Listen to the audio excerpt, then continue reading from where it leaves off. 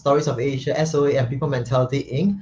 So today I have with us my co-host, of course, once again, wrong side again. This side, Lip Hua, once again. Lip Hua, hi, how are you doing? Hi, I'm always on the wrong side. Always on the wrong side, yeah, because the mirror reflection thing is confusing me sometimes. Yeah, And of course, my good friend, hello, Laura. Hi, Laura. Hello, everyone. Yeah, so today, right, why did we invite Laura? Is because our topic for today is really about how can young talents stand out in the market, especially in such times of crisis. How do you stand out in the job market to get your dream job? And in the corporate setting itself, how do you fly so high, so fast like Laura? So Laura is actually the head of HR of Prudential Myanmar. She's also an international coach. She does a lot of nice work around. And in fact, a short story how I met Laura, right? We actually met on social media, right? Laura, I believe so. Yeah. So we were talking quite a fair bit online, and one day she came to Singapore for work, I believe. So I was actually doing a coaching session at one of the co-working spaces.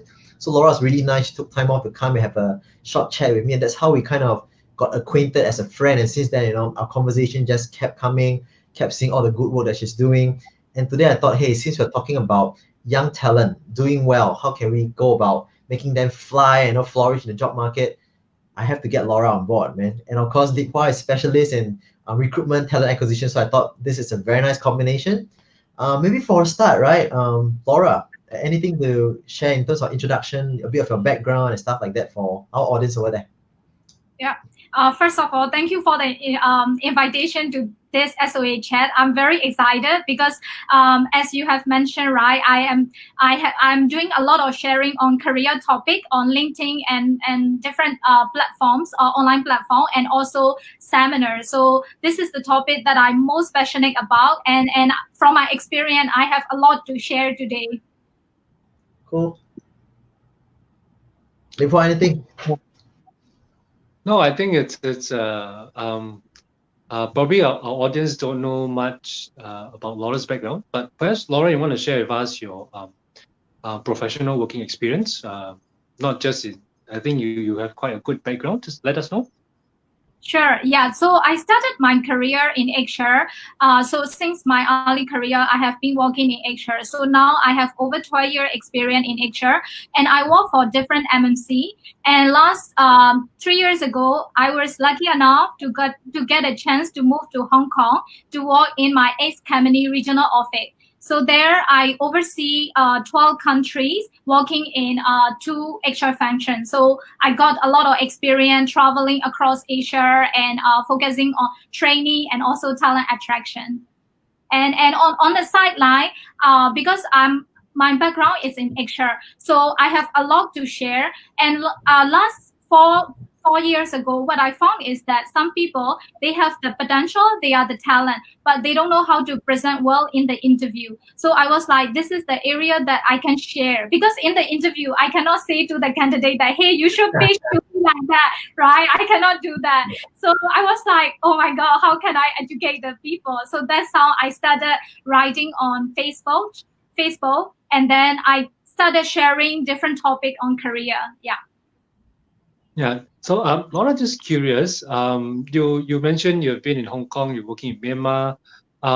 So, how does that? Do you think how does that would enrich the young talents of today, because the world is becoming much smaller, right? Yes, exactly. So there is no limitation, just like the sky has limit. So I never dream of working overseas, especially in HR field, because always in HR, people recruit the local people, local person, right? So when I got a chance, I was like, is it real? And also another thing is Hong Kong, Myanmar and Hong Kong, 2 different things. If you guys are flying from Singapore to Hong Kong, that is not much of a difference. But for me, it's like 2 different countries. So, so for the young people, what I want to share is the sky has limit. So you just have to do your best, and you have to set the ambition, and then you have to fill up all your skill set. So you will never know what opportunity will come on your way. So when the opportunity comes, you will be ready to grab it. Because what I have seen in most of the people is that they wait for the opportunity, but they are not ready. So even if when the opportunity comes, they are not ready to grab it. So that's from my experience. Laura, can I ask you a quick question then? I think many people might be quite curious, right? So you mentioned about being ready, and you mentioned that Yeah. from Myanmar to Hong Kong is like kind of mission impossible to a lot of Yes. people, right? So Yeah. two questions. First question is, how did you prepare yourself for such an opportunity? And second thing is, could you share with us the story behind how did you actually get this opportunity? How did you convert this opportunity to a reality, basically? Yeah. Yeah, that's a great question. Yes. So for me, I have been working with expert colleagues throughout my career. So I learned a lot from them because in Myanmar the culture is different, the working style, way of thinking is different. So since my early career, I am lucky enough to work with expert colleagues. So I learned a lot from them, how they do things, how they think, even the same problem. Because for me, whenever I see the problem, before I used to think that, oh, this is not possible. I cannot think of any solution. And at one point of my career, I went to my boss and I told him that, oh, this is the issue. How can I do it? And then he told me like, Laura, remember, whenever you come to me with an issue, also bring a solution. So I was like, wow, okay. And then I asked him, what if my solution is not good enough for you to use it? And then he told me like, don't worry, whether it is right or wrong, you just have to think how you will solve this problem so that you will train your mind how to see and how to solve the issue. So since then, I have been, before I go to my boss to complain something or to bring a problem, I always have to think what are the one or two solutions that I can present to my boss. So that's one thing that I pick up. And another thing is in terms of the language skills, English is a must, right? So since not only the English, even if you can speak more languages, this is the advantage for you. So if a young people who is thinking to go overseas, I encourage them to learn English to be able to communicate well with any nationalities. And another thing is personal branding. That's my favorite topic, you know. So when the opportunity in Hong Kong come, why my ex-boss pick it up? Because they see me a lot. I'm very active on LinkedIn. So they have been seeing that I have been sharing a lot of what activities I have been doing in my company for our employee and how I do employee engagement activity. So I am always in their eyes. And so I think this is the things that prepare me to get this opportunity. Yeah. Nice. Yeah. So what is your second question? Sorry, I answered a lot. No, I was pretty much asking in a similar vein with Sam, because our curiosity is also how did you prepare yourself? Yeah. Now, once you get over preparing and getting the opportunity, then what were the major hurdles that you managed to overcome when you went into a new city? I can imagine it's quite disorientating. Yeah. So my experience in Hong Kong is very rich and also very challenging throughout my career, to be honest, because there are two sides. One is personal side and another one is professional side. But the lucky thing is at professional side, I know my colleague already because I have been working them over the years and I know my boss. So there is not much of the things that I need to adapt. Of course, working in a country and working at a regional office is totally different nature, right? So you have to pick up how to deal with the big bosses in a company and how to work with different nationality across Asia. That's the adaptation that I have to do. And a personal side, I have never stayed far away from my home, especially with my parents. So there are a lot of adaptation that I need to do, like food, like the weather and everything. So yeah. How did you prepare yourself mentally? I mean, you said, there are a lot of challenges, the first time separating from your family in some sense. Yeah. What went through your mind? How did you prepare yourself, not just from a skill set point of view, but also mentally to ensure you can thrive in a strange environment per se? Yeah, so I think that's a great question because everything starts with mental preparation.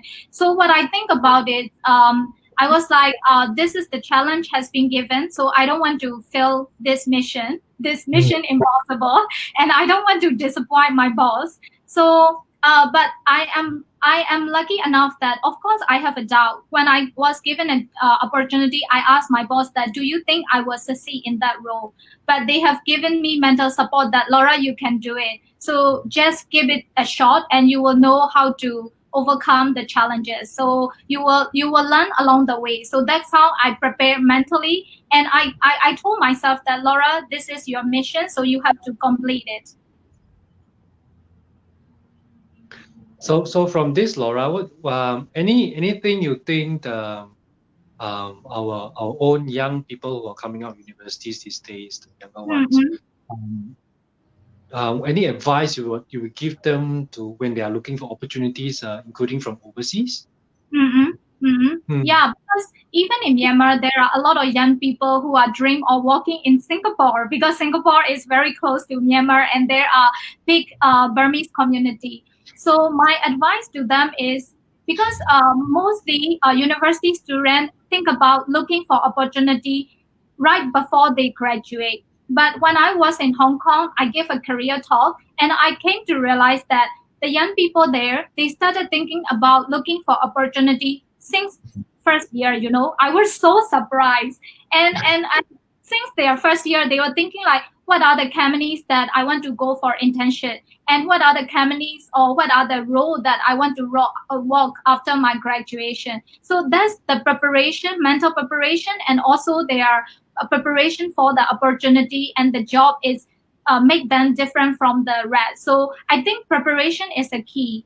And another thing is you have to know what you want. And most of the people think that they know what they want. But along my coaching journey, I have been coaching many young people and also executive, right? They tell me one thing when they come into the coaching, I want this. But along when I coach them, their direction change, because they don't know exactly what they want, because there are a lot of influence happening on social media, peer pressure.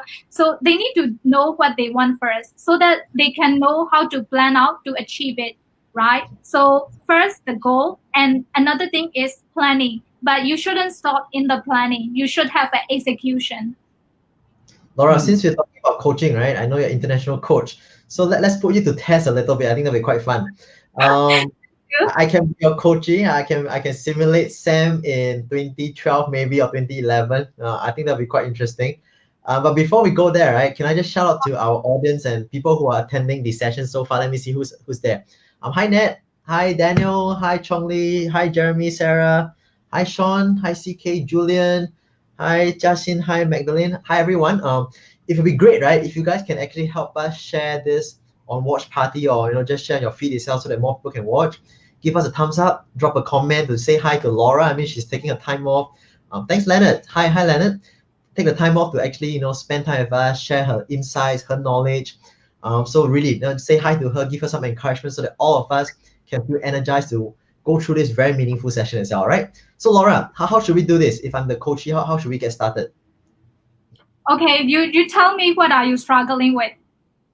Okay, so I'll simulate. Okay, I'll simulate. Imagine I'm still maybe first year in work, or fresh grad kind of thing. Hi Laura. Yeah, I think for me now, I'm struggling in terms of, I feel I'm not getting promoted fast enough. I mean, seems like everyone's getting promoted, but for me, since I'm working so hard, doing so many things, I'm getting so many things done, but my boss doesn't quite seem to understand and appreciate my work somehow. I don't know why. So if I hear you correctly, you are doing your best, but you are not getting promoted, but the others are promoted. So my first question to you is, what do you think is happening to you? I think my boss doesn't appreciate me, man. I think my boss is not very capable somehow. Yeah. Okay. Yeah. Okay. So normally, whenever we face challenges, right, we look outside first, but we also need to look inside what is going on in our mind, and also what is really happening with us, right? So I just want to forget about your boss and then think clearly yourself, right? So when you look at others who are promoted, if you compare yourself with them, what do you see the differences between you and your colleague? I think I'm better than them, but I don't know why I'm not getting promoted somehow. It's weird. It's really weird. That's why I'm struggling. I'm feeling so frustrated actually. Okay. So you think that you are better than them? I feel that, I'm delivering things much faster.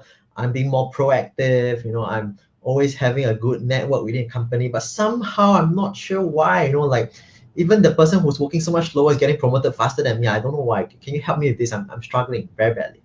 Okay. I am hearing a lot of emotion in your voice. There are a lot of frustration that you're feeling, right? So I am wondering to know that, do you have a conversation with your boss? I haven't had a chance because every time I try to talk to him, he's like, hey, I'm so busy, just get your work done. So I just focus on getting my work done, but he doesn't seem like he wants to talk to me at all. So how can I create a conversation with him maybe? Okay. If that is the case, how about, have you ever asked the feedback from your colleague about your performance? No, I think I'm very confident about how I perform, so I don't really need to ask anybody. Okay. Yeah. But what I see is that sometimes the way we see ourselves and the way others see ourselves will be different, right? Okay. Yeah. So what do you think you should do first to know the real you, who is in the workplace? Well, maybe I should get some feedback somehow, but any advice? How can I get feedback? Okay. So let's think about who can be someone that you can trust in the workplace among your colleagues that you can openly ask for the candid feedback. My friend Lip Hua. I have a friend called Lip Hua. Okay.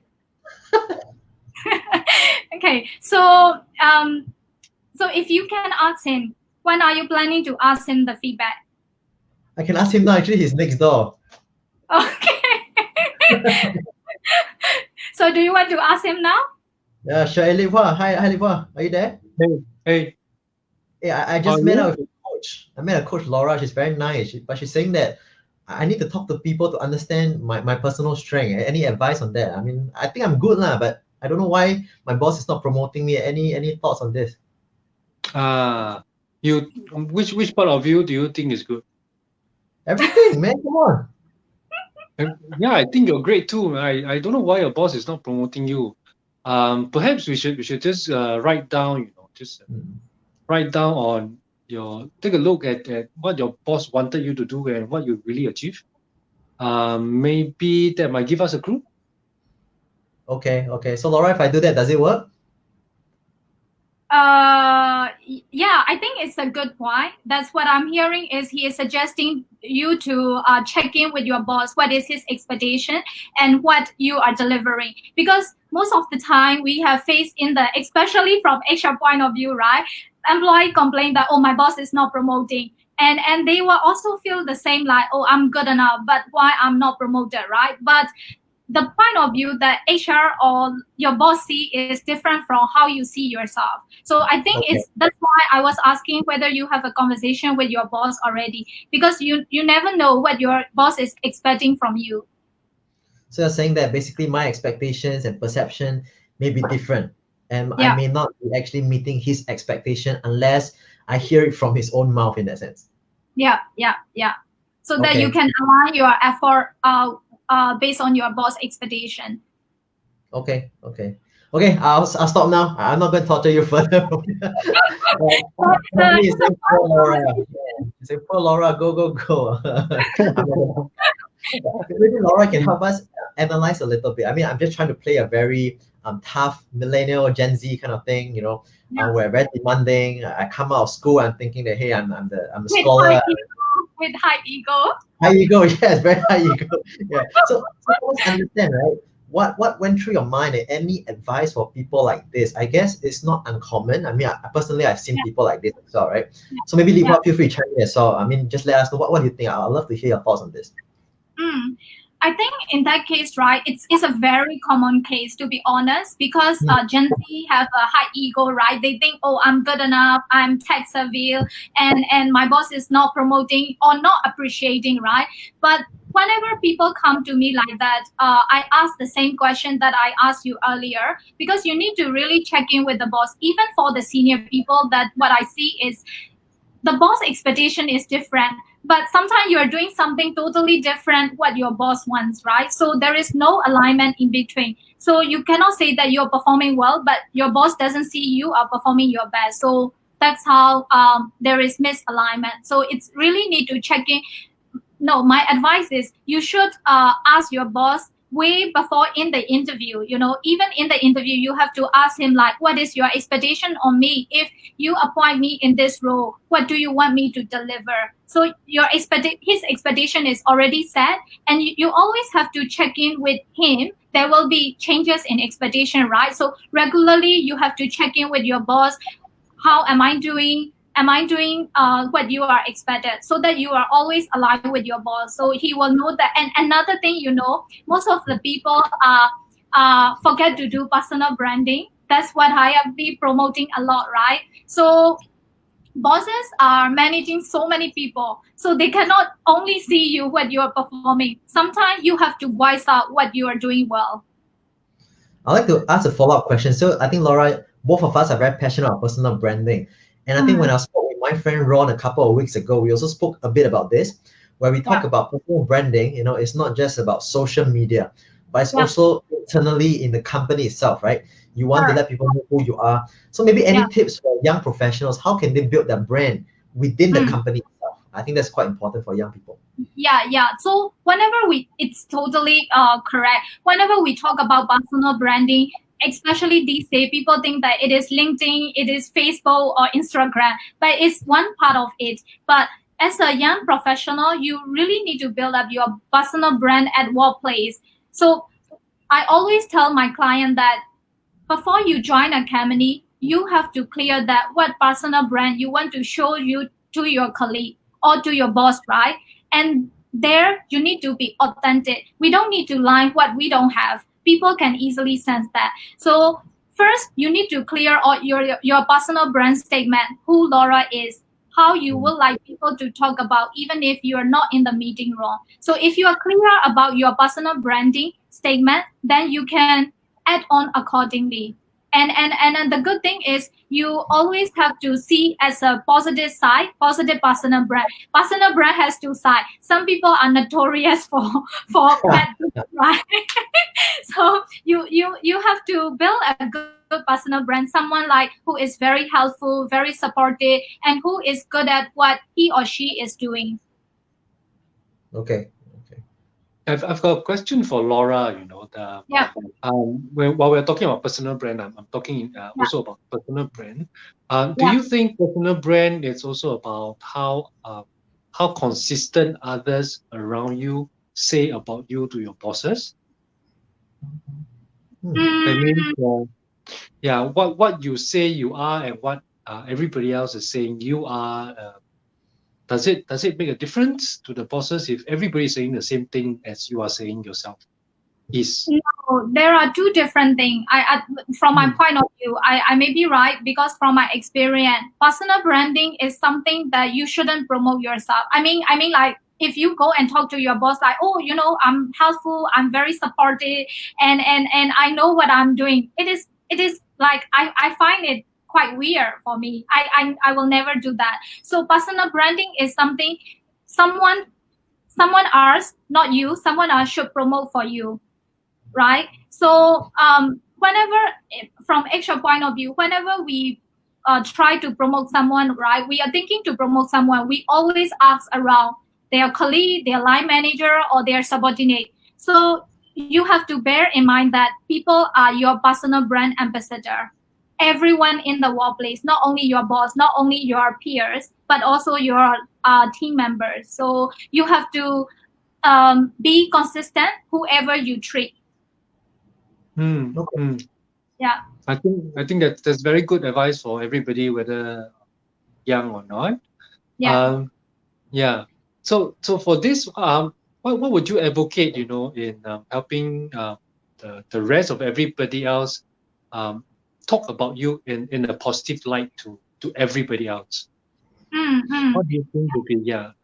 Yeah, I think it will come back to your personal brand statement. So all your action need to be consistent with your personal brand statement. Let's say, for example, you say like, in your personal brand statement, you say like, oh, I want to be someone who is very cheerful and who is positive vibe and who is helpful, but you are adding like very negative, telling all the negative things all the time, and you are always hold yourself back and you're not helping others. Whenever someone asks you for help, you're like, no, I'm very busy, I cannot help you.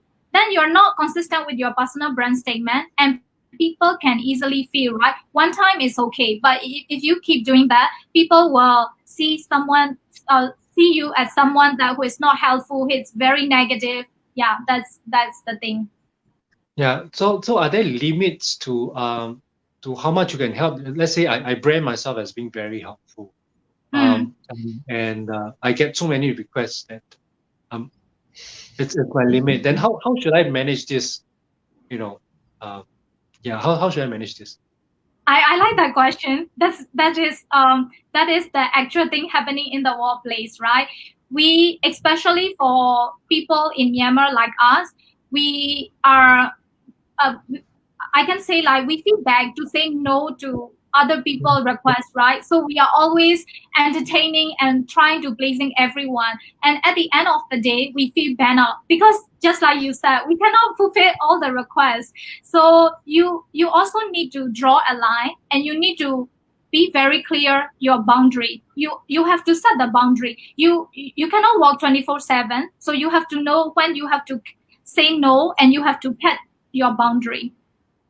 So Laura, I'd like to add on. I think I resonate strongly the point about saying no, right? Because whether it's in the Asian context where we typically don't really know how to say no, or in particular young professionals. I think likewise for myself, when I first started out, everything the boss says is sure I can do it. I'll find a way to get it done, right? So in the first company, Keppel, we always have this what we call can-do attitude, right? So everything is can-do. The boss gives you anything that's impossible, can-do. Just prove it that it can be done. So I think that there's always a struggle in terms of how can you say no to something, because you're afraid of creating a negative personal brand. And this person is always pushing the work away, or millennials and Gen Z, they are very soft, cannot take hardship and stuff like that. You get such comments. But I think likewise, when I was able to say no and I was able to be firm about it, I think that's where people really respect that. So maybe a question to you then, how can we help younger professionals out there establish that confidence to say no, or frame their message in a way that they can say no, but not, create a negative impression for themselves, for the personal brand? Any thoughts around this? Yes. So coincidentally, I have read an article about how to learn to say no, right? So okay, cool. Saying no doesn't mean that, oh, no, I cannot do this. Oh, no, I'm busy. Not like that. You have to be, how can I say, diplomatic enough to say no, right? And even you are busy, right? You can show your enthusiasm to help someone, like, oh, I really want to help you, but I have this workload already. So would you mind giving me some time to get back to you? It's a kind of saying no, but in a very diplomatic way. Okay. And how would you deal with somebody who is very persistent despite you, politely saying no already? Okay.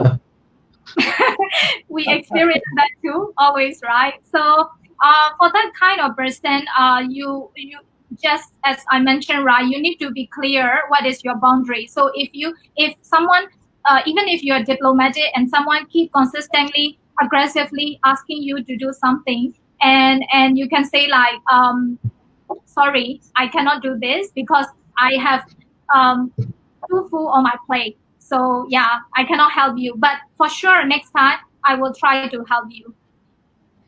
I think the challenge comes, right? Maybe I just do a quick one over here, follow up this question, right? I think typically young professionals face a very big challenge to say no to bosses or senior management. So to colleagues or managers, sometimes after a while it's okay, like I said, to say, oh, I have things put full on my plate and stuff like that. But sometimes to a more directive kind of culture, it might be difficult to say no to, let's say, the big boss, right? So how should we work around that? I mean, just a quick follow-up from the past question. Yeah. So this is a very good question for the young people. I used to be one. I am very afraid to say no to my big bosses because I don't want to be seen like someone who is not capable and someone who is saying no to the things that I cannot do, right? So I don't want to get that kind of impression. So what we need to do is something that I always teach to my team members are, as a boss, you don't know how many assignments that you give to your team members. So as a team member, you have to tell your boss that, hey, you know, I have 3 assignments you have given to me already. So if you want to do me this one, which one would you like to do me first? Because I have these 3 already. So you ask your boss first which priority that you have to focus on. Then the boss will realize that, oh, I have been given too many assignments to this person, right? So you just shoot back the question to your boss. Okay. I was wanting to jump back to your very interesting background, having experienced more than one work culture, Hong Kong, Myanmar. You know, have you thought of or have you already implemented cross-cultural practices within either workplace, which you think has been very useful for yourself or for your colleagues? Yeah, so before I came to this conversation, I was thinking like about culture, right? I'm sure you guys will ask me. So the funny thing is when I came back to Myanmar, I thought that I will not feel culture shock because I came back last 1 year ago, and I thought that as a local, and I brought up in Myanmar, and I used to work in Myanmar before. So, but you know, I worked in Hong Kong for 2 years, and I came back. I still feel culture shock because there are things that I have to pick it up again, right? How locals are doing things. So it took me some months to learn how locals think, how locals do. So for foreigner, I can totally understand how they will feel because they are not brought up here and they are not used to with this culture. So when I moved to Hong Kong also, I have to learn quite over time. So one tip for me is that first you have to learn about the culture and you have to read a lot. You can find easily on the internet these days, right? And also another thing is when you move to new country, try to get network with the local people, right? This is the best way you can learn about the culture. You can read a lot about culture, but you will never know the real culture when you only when you network with the local people. So do you? I believe you built your own network when you were over at Hong Kong. Yeah. Mind giving us some insights how to start a network, because you go there, you're new, you don't know anybody much. How do you start a network going? Probably these days is easier than before because there are a lot of group on Facebook. So before I went to Hong Kong, I reach out to I find the people on Facebook, whether is there any local on Facebook who is someone working in Hong Kong or studying in Hong Kong, right? And that's one thing that I do. Another thing is I search on the internet what are the group in Hong Kong that I can join, right? So that I can get some information. And another thing I do is I use the Meetup app. And then at one point, because I like hiking, and Hong Kong is the best place to do hiking.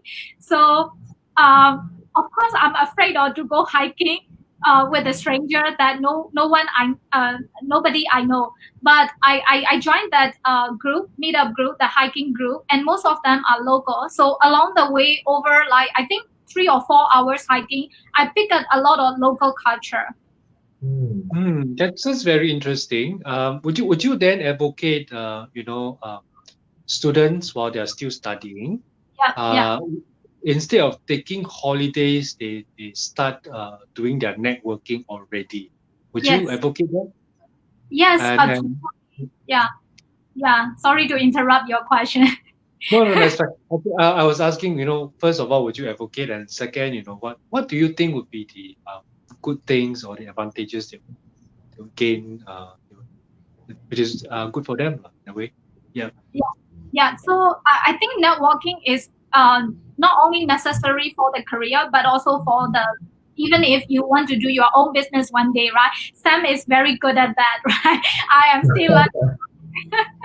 So for the young people, yes, while they are studying, they should, if they have ambition to work overseas, at least they should go and visit, or they do like volunteer job in that country, so that they get to know the people there, they get to learn the culture, and they can also see what are the opportunities that if one day after they graduate, they can go and work there. It would also be. Would you think it would also be helpful that they already know the culture and have a support group when they apply for a job and they attend interview? Would this be something that the HR or hiring manager would think it's something which is advantageous to hire this person for? Yes. So these days, whenever I am coaching my client, right, I told them that the best way to apply the job is through the person who is already working at the company. So it's very important to have a support group who can help you to reach out to the HR or to reach out to the hiring manager for you for you to be recommended. So networking should start while you are studying, not right before you look for job. Because let's say, for example, now you are looking for job, Linfer, and then you connect me on LinkedIn, and right away you say like, Laura, I'm looking for job. And I was like, we just connected and you haven't introduced me, and you pitch for me to look, asking for job. Then I will neglect that kind of person, I think as HR we receive a lot of such requests. Many of us would help where we can, but we do what we can. But I think I don't know for yourself, would a cold mail be less enticing or less encouraging as opposed to somebody who have taken time to speak with you or have interacted with you over social media? What would your opinion be? Yeah, so these days we have been receiving a lot of application through LinkedIn. So I am someone who is promoting about LinkedIn in Myanmar way before I started my career coaching, right? Because LinkedIn is a very powerful tool, and people think that it is only for job searching, right? But it is not only job searching, but also for personal branding, networking. So for me, I get to connect with people like Sam, and whenever I travel, I try to reach out to them. I catch up with them, and I learn from them. So it's a very powerful tool to use it, right? So to answer your question, I think instead of cold email, yes, if you want to apply to a company, you at least should know someone. If you know the HR manager, of course it is good, right? If you are thinking to work in specific industry, you should get to network with those people first, and then you reach out on LinkedIn, or you get their email, and then you can introduce yourself like, hey, we have met in this event, and I'm interested to apply any opportunity in your company. Would you mind looking at my profile, or would you mind looking at my CV? Then there will be more chances that people can easily remember you. So Laura, I think you spoke quite a bit in terms of job application. So I'd like to take the opportunity to maybe answer or get you to answer some questions that our audience are actually asking. Before that, right? Can I get our audience to continue to give a thumbs up, drop a comment, more questions, and say hi to Laura, Linfer, myself. That'd be really, really nice. And share this post if you can, so more people can view it, right? So I think Lihan is asking Laura, right? To be an outstanding candidate, should we be acquiring broader skill sets? For example, being a jack of all trades, master of none, or simply, hone more skills in my niche. So basically, should they go broad or should they go deep in that sense? Any thoughts around this? I don't encourage people to be jack of all trades. In Myanmar, especially to give you an example, especially in Myanmar, people before they graduate or once they graduate, right, they join a lot of certification courses because they like to collect certificates. I always advocating. So I was advocating whenever I share or whenever I speak at the event. I was always telling people that, guys, you have to think about what is the value of this certificate, right? And at one of the event, one of the participants asked me like, hey Laura, I have this certificate. I have certificate in finance. I have certificate in HR, and I have certificate in purchasing. And now I don't know what to do. And I was like, that's a problem, because you don't know what you want to do, and then you have been studying around. You waste your energy, you waste your money, right? You waste your time. So before you, as to become a standout candidate, you need to know what you want first, and after that, based on your goal, you should fill up your skill set. You don't need to be jack of all trades. Okay. A follow-up question as well. So after assuming you get a job, for young people who are getting promoted, so Xian Wei is asking this question, right? Why is there still a mismatch even when the person is promoted? Any thoughts around this? Could you repeat the question? So Xian Wei is asking, why is there a mismatch even though the person is promoted? So I guess, why is the person being promoted but in the end maybe not performing, or is there a mismatch with the job role itself? Oh, it's a very common issue happening in the workplace, especially from the HR point of view. What I see is people have what I always say, that everyone has the potential, everyone is talented, but you just need to know what you are good at, right? So when someone is an individual contributor, they can do their job well. So we promote it. But then we came to realize that this is not the job that is suitable for them, because when the person is promoted, the job scope is bigger, right? Then the person cannot handle it.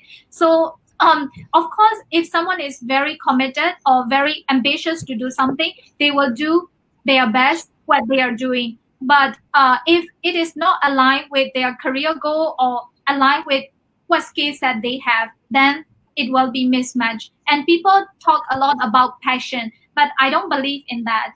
If you love something, and even if you are not getting paid, just like I'm sharing knowledge, but I'm not getting paid, I love to do it, right? So as long as you love what you do, that can be passion, and you will go far beyond that. I have a quick follow-up question here. So we talk about sometimes they're not ready, they don't have the skill set to take on a bigger role. No, that's where a lot of things happen. So so is there any situation where young talents should reject a promotion? What are your thoughts around this? Should I take up every promotion that comes? Should I reject, or what's the take around this? I'm curious. Opportunities are good, but sometimes you need to know your limitation, right? Okay. If I say that you should reject the opportunity, everyone will say, Laura, are you crazy? Why are you rejecting the opportunity? But from my point of view, instead of you failing in that opportunity, you should know your limitation, and sometimes you have to reject the opportunity because you don't want to fail in that role. Maybe I'll just ask one last question from the audience before I hand the time back to Li Hua, right? So Chong Li is asking, would the three speakers mind sharing your respective personal brand statements, please? So since you talk a lot of personal branding. Yeah, maybe Laura, you first. Go ahead first. Yeah. No, Sam, you are the expert. You start first. Okay, I think to the Chong Li's question, I think for me, I don't really have a real kind of specific statement, but if I had to put it together, I would say I'm probably the passionate HR guy, that wants to instill the people first mindset in organizations, because for me, I've always believed in the fact that HR has more potential than it is doing. And it's always seen like a second tier support function, which kind of frustrates me. And that's why I started People Mentality, my consultancy firm. And hence I would say my role now, in my mission basically, is to showcase to people out there, organizations, HR itself, that HR doesn't have to be just a back-end administrative role, for example. You can do a lot of things. You can do a live chat like this, right? You can connect with people, you can build personal brands, you can talk about stories, which is what I'm doing. So I would say basically I'm a passionate HR guy that's trying to bring this people first mindset in organizations through different means and different channels. I guess that's how I see my personal statement for a start. Yeah. How about my sidekick over there, Li Hua? I think for me, I think it is very straightforward. If you look at my LinkedIn, it's just the words there. It's just talent acquisition and employer branding. That's it. I may comment on many other things, but if you scroll through all my posts, it's easily 90%. It's about hiring, about recruitment, about securing jobs, about career. Because if you also go through my background, I'm halfway through convert to HR. I was university admissions, NUS, set up the SIT. So it's in a way it's a passion to deliver back, answer the questions of students back in those days. If I take this course, will I get this job? So so that's the long and short of it. Very simple, very direct. Yeah, Laura, yourself. Okay. Okay. So yeah, I also don't have a complicated statement because I need to remind myself what is my personal branding, right? Personal brand statement. So my personal brand statement is someone who is authentic, someone who is very passionate about sharing what she knows, and someone who would like to see other unleashing their potential. So I'm very passionate in talent development. Okay. So Laura, I had this the earlier your enactment with when you were coaching this Mr. Sam Neo. Naughty Sam. You know, I'm I not don't going to know get why hired now, so yeah. so this impression jump in my mind. You know, would it be helpful if we both of us ask Sam to just stand in front of the mirror and listen to himself speak, and then what would he as his boss think or feel when another person is speaking to him that way? Would you think that is something that would be helpful for anybody to do before they start talking to someone else? I think it's a very useful method, but it depends on the person because everyone cannot do that exercise. You know, we start with me, right? We are very difficult. How can I put it this way? Let me put it this way. Self-awareness is something that we always need to improve on, right? So as like I mentioned earlier, this live chat, that we don't aware what we are not good at or what we are good at, because these days there are a lot of influence, right, and peer pressure, especially social media, and so you are easily sidetracked, and so to do that exercise, someone need to have a level of self-awareness, and also that person need to take off the head that not because when ego coming, you cannot clearly see yourself who you are, so that person need to take off the ego and then have to examine clearly what is going on inside him. If not, this exercise will not be useful. Okay, you have you mentioned more than a few times about the interference and noise and distraction from social media. It's kind of an odd question, but would you think it's useful for people to to give themselves time off away from social media for an hour or two or a day or two? I think I'm not the right one to give the advice on that because I cannot stay away from that. But yes, it's a really good exercise to do, practice to do, right? Most of the time, whenever I check my screen time usage every week, I was like, Laura, why are you using that much of social media, right? I always question myself, but I think yes, when you feel overwhelmed, you need to take a break, mental break, and social media detox. So it's good to do at least 1 or 2 days a month to stay away from the social media. So follow-up question, Laura, for you, right? You know, we talk about one side of younger people, they may have ego thinking they're really good. On the other flip side, I think because social media, like Lip Hua said, a lot of noises, people may comment negatively, for example. There may be things like cyberbullying, whatever you call it. So how can young professionals, because at a young age, sometimes you're still not very resilient, I guess, as compared to people who have seen a lot more, for instance. How can you advise them in terms of blocking out all these noises so that they don't get, they don't feel rejected, they don't get influenced by negative energy outside, maybe? Yeah, that's very important and very good question.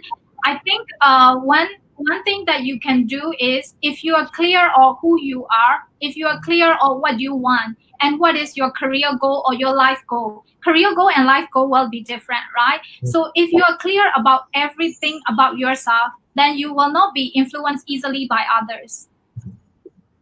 Okay. Very, very good and interesting views from Laura. And thank you, Sam, for calling me old in another way. You got the hint very fast. That's good. Yeah. Yeah. At least I'm still sharp, you see. So yeah, I was also thinking, Laura, you know, this social media, does it also bring about this sense of competition, or rather, you know, you're competing against everybody on social media because everybody is just writing how good they are. You know, does it increase the stress in the younger people? And then how do you think we should all manage this better? Yeah, I think at our age, just like I mentioned, we are no longer young. So at this age, it's easier to clear out all those noise, right? We can remind ourselves, but at a young age, it can easily happen. So that yes. I can say especially Facebook, because LinkedIn is a different platform, especially Facebook. It is like enemy, and it is a silent killer for you to feel depression, to feel about you're not good enough. I can give you one example. When I was in Hong Kong, and probably if my friend is looking at here now, she will know it. I was traveling across Asia crazily, and I don't have time to take rest. And then whenever I look at her social media, she is having fun, hanging out with the friends, always having a home party and enjoying life traveling. I was like, why am I struggling my life and why she is enjoying, right? So I asked myself, is it useful to hustle a lot? Why your peers are enjoying life, right? So I think it can easily happen. It can easily happen. Yeah. If I may add a little bit from a personal point of view as well, I think if I can give one advice to younger people out there, right? Not that I'm super old, but I mean younger people out there, is that I think there's no end to comparison. I mean, that's how I see it. You know, very often why we get so negative or feel so stressed out is because we're always comparing, right? Like, my peer is getting a higher salary. He got promoted this year. I didn't get promoted. He seems like he's doing well. I'm not doing well. It's always comparison. And no matter how well you do, right, there's always someone that's doing better in one way or another. So I think that the best way is to compete with yourself. You know, how can you push yourself to your limit, to your best potential, rather than constantly thinking, how can I be better than people around me? Because there's no end to this kind of competition. I guess a little bit of competition helps to push your limit a little bit, but not getting too stressed up over I must be better than this guy, that guy, or whatever it is. I think that creates a lot of negative energy based on my personal experience and my observation, basically. Yeah, that's a good point. Yeah, I think it's good to look at someone who is higher than you, but you don't need to be discouraged yourself. You just need to remind yourself that, okay, I am now doing this, and how can I do it better tomorrow to reach to that level. You were talking about having a network and support group about overseas. Do you think having a support group, regardless where you are, would also help you to reduce this, help you overcome this stress when there's this competition or perceived competition when you look at your own social media? Would you think it's helpful? Yes, it's very helpful. I survived to this point because of my close friends and my network,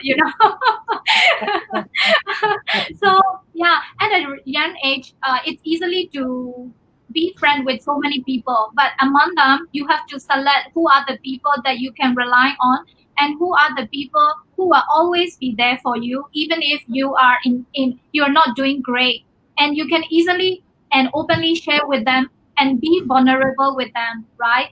And then you also should surround yourself with people who can give you candid feedback.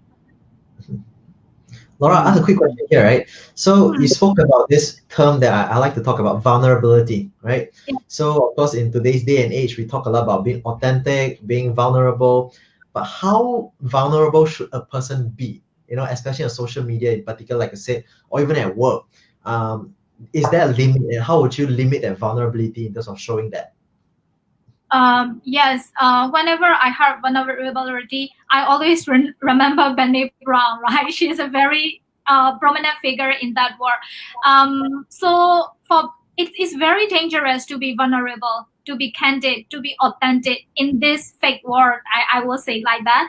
And so that's why most of the people are not vulnerable in front of others. But there is always a price for you if you are vulnerable. But the first thing you need to know is who in front of who you can be vulnerable. You don't need to be vulnerable in front of everyone, because people will take advantage of you. So you need to know who you can be vulnerable. I think that's an important point because I realize on social media, increasingly younger people in particular, I realize that they're trying to share their vulnerable stories to kind of open up, to get attention in particular. So that was something that I was a little bit worried actually. That's why I wanted to ask for your thoughts, right? So I think to our young viewers out there in particular, you got to be discerning in terms of how you share your vulnerability as well as who you share it with. I guess it's not always perfect when you openly share because you're exposing yourself to some unnecessary risk as well, I must say. Yeah. So thanks, Laura, for sharing that. Thank you. Yeah, I think we've got about 5 more minutes. Any questions we have? Can we answer? Any questions for Li Hua, Laura? Oh yes, I have. I was waiting for this. When can I ask? Okay, so my question to you is: you're the expertise in talent attraction, right? Talent acquisition. So, what would be your advice for the young people who are going to start their career to be stand out in the crowd, especially this period, right? There are so many people out there you need to compete against in the job market. So, what would be your advice for them? First of all, don't be shy. I think Asians are naturally shy. Be like Li Hua. Be like Li Hua. Yeah. I'm not shy, just don't be too humble. Know yourself. Don't be too humble. Just you are what you are. Your strengths are your strengths. Your weaknesses are your weaknesses. Doesn't have to don't keep putting yourself down. You are yours.